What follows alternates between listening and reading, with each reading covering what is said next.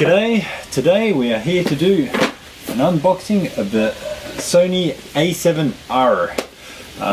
Andrew, the man behind the camera, has just brought this camera and for some reason I'm unboxing it. But here we go. Break open the security seal. It's a very nondescript box, very plain, minimalist, unlike the rather flashy Olympus OMD box.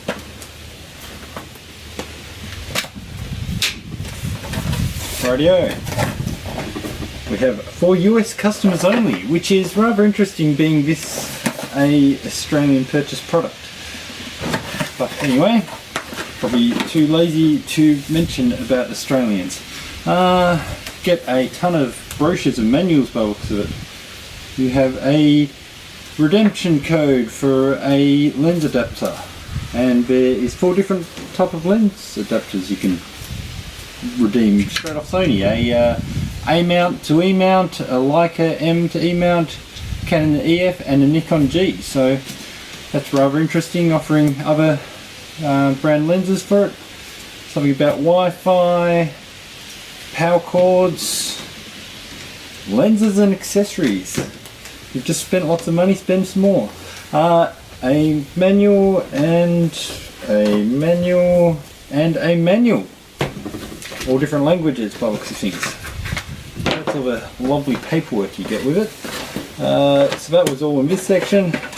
Next we have the mentioned power cord, just a standard figure 8 cable.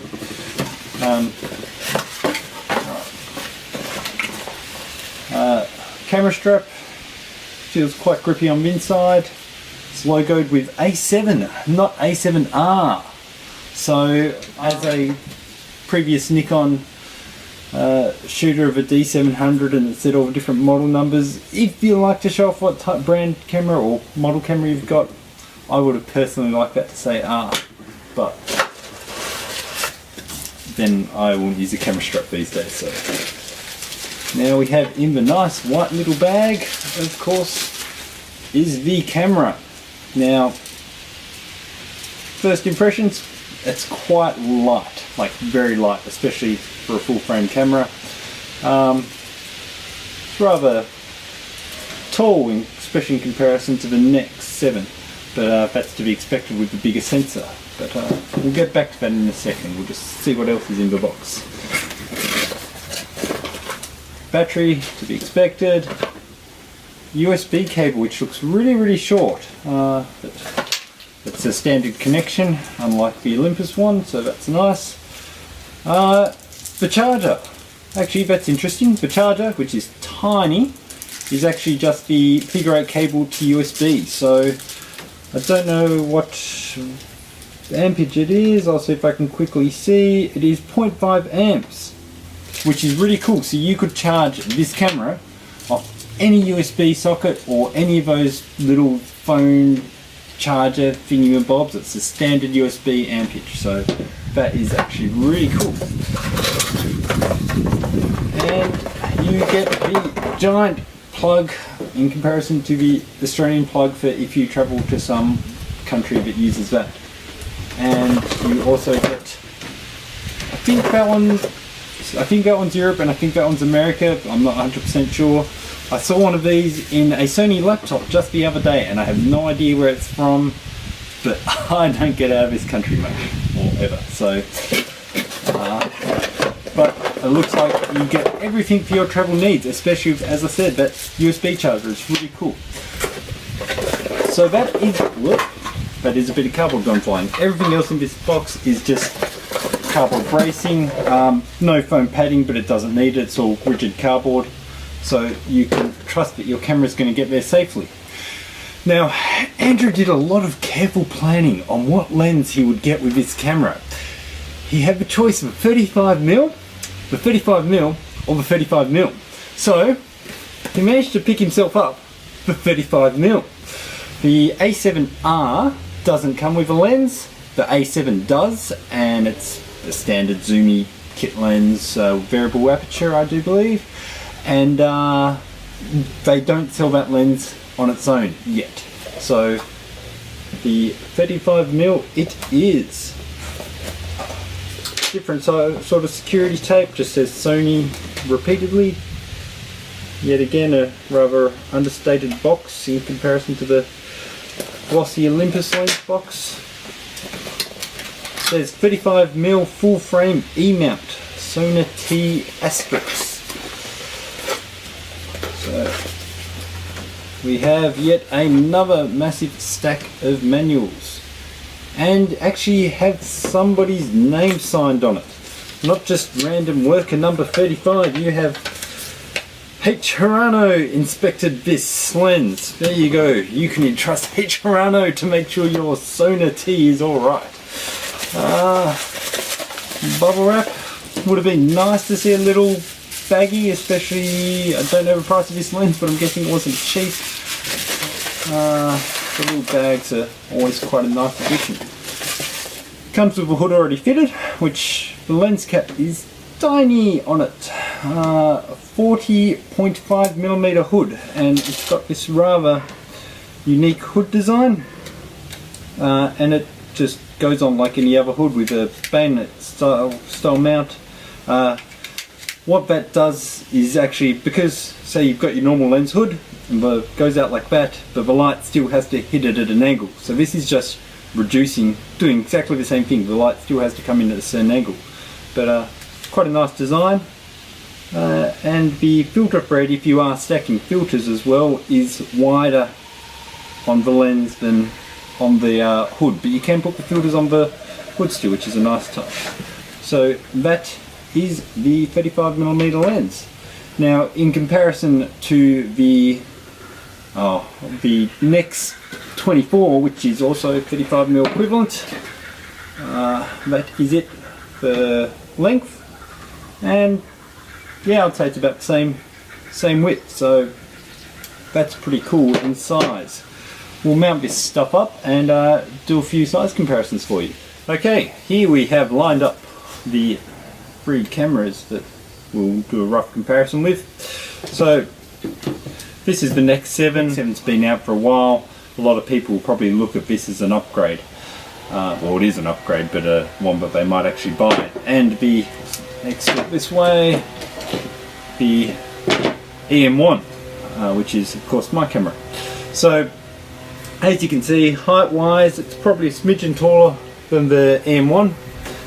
Also remember that Sony brought a massive stake, or not massive, a notable stake in Olympus not that long ago, so there is some shared design and technology possibly happening there. They do share the same EVF, I do believe. I haven't looked through the EVF yet, so I'll see if they look the same shortly. But as I mentioned a moment ago, considering these are both 35mm equivalent lenses, well this one is a 35mm, 2.8 though, where this one's 1.8, so if you want the low light performance, this one's still definitely got its merits, and that might be why it's a bit bigger. But as far as barrel length goes, that one's a lot shorter. Now, of course I'm cheating because this is micro 4/3, but this is a Panasonic 20mm, so 40mm equivalent, it's closest I've got to 35mm. 1.7, so it's a lot shorter. But as far as thickness goes, the body of the A7R is a lot thicker than the Nex 7 before the mount. The mount on both the Sonys stick out quite notably to me, but I would say it's definitely thicker in the rest of the body, which is probably to accommodate the bigger sensor and such. And it doesn't really matter if it's wider because the viewfinder sort of protrudes out the back a bit more. And I would say the M1's a completely different shape, so it's a bit hard to base that against. But just flicking on the Sony, I've already turned it on just once, and hopefully this will come up on, I might move it a bit closer to the camera, and the shutter is quite epic in sound. We'll do a quick comparison to the Nex 7, which is audible, just a click, nothing major, and that's really quite quiet. But yes, this is really loud, especially for a mirrorless camera. I wouldn't say it's louder than, say, a D700, but the Nikons have got some really loud shutters, so that's no great surprise. In a noisy environment you won't hear it, but if you were in a really silent room it would be quite a crunch, thinking, oh, what broke? The screen, it's a little bit puzzling to look at. These are all first impressions. I haven't researched this camera, it's not my camera, but the screen has got a great big black bar just down the side here, so I can't see why they couldn't have just put a slightly wider screen in. A 16:9 screen would have made a little bit more sense there, but it's still a flippy out and down LCD, about the same flip down as the Nexx 7, I'd say. Maybe not quite as much. Yeah, probably not quite as much flipping down as the other two, but personally I find you're more likely to use the flipping up, which yet again it's about on par with the Nexx 7, not as much as the EM1, but I was shocked it does flip out quite a bit. Actually no, sorry, my mistake, it flips out pretty much 90 degrees. I'd say it's just a shade off 90 degrees flip up, so it flips up the most out of well, out of the Sony and the Olympus, because the Nexx 7 has the same party trick. So there's that. First impressions on Viewfinder. Yeah, it's loud. I can't get over the shutter sound personally, but I've just been used to the really quiet Olympus ones. No, it looks sharp. I'll need more testing in comparison to the Olympus. It looks really contrasty, but that's just the settings on the camera. The camera itself is comfortable to hold. I'm finding my bottom fingers are a bit loose, but I've got quite long skinny fingers, so that could just be me. The dials are greatly improved over what I personally found with the Nexx 7. I haven't really done any shooting with the Nexx 7 though, in its defense, but the dials feel really nice. The grip makes the wheel quite nice to get to, still feel like you're comfortably holding the camera. But yes, the build quality does feel very nice. The batteries also in these, I notice, are very tiny, which is sort of nice to pack up and hold. Actually, that's an interesting point. I mentioned how nice the charger was, but then how do you charge your batteries when you're using the camera? Right, that's a flaw. That's a good idea, but it's still a flaw. I normally have batteries on the charge when I'm out of the house. So yes, good with the bad, I guess. But there's no locking on the mode dial switch, but it is really firm. So I don't think that would be an issue at all. But that's pretty much a very quick first impressions. We will sort of do some shooting with it, form some opinions, and no doubt do a full review in days to come. Thanks for watching.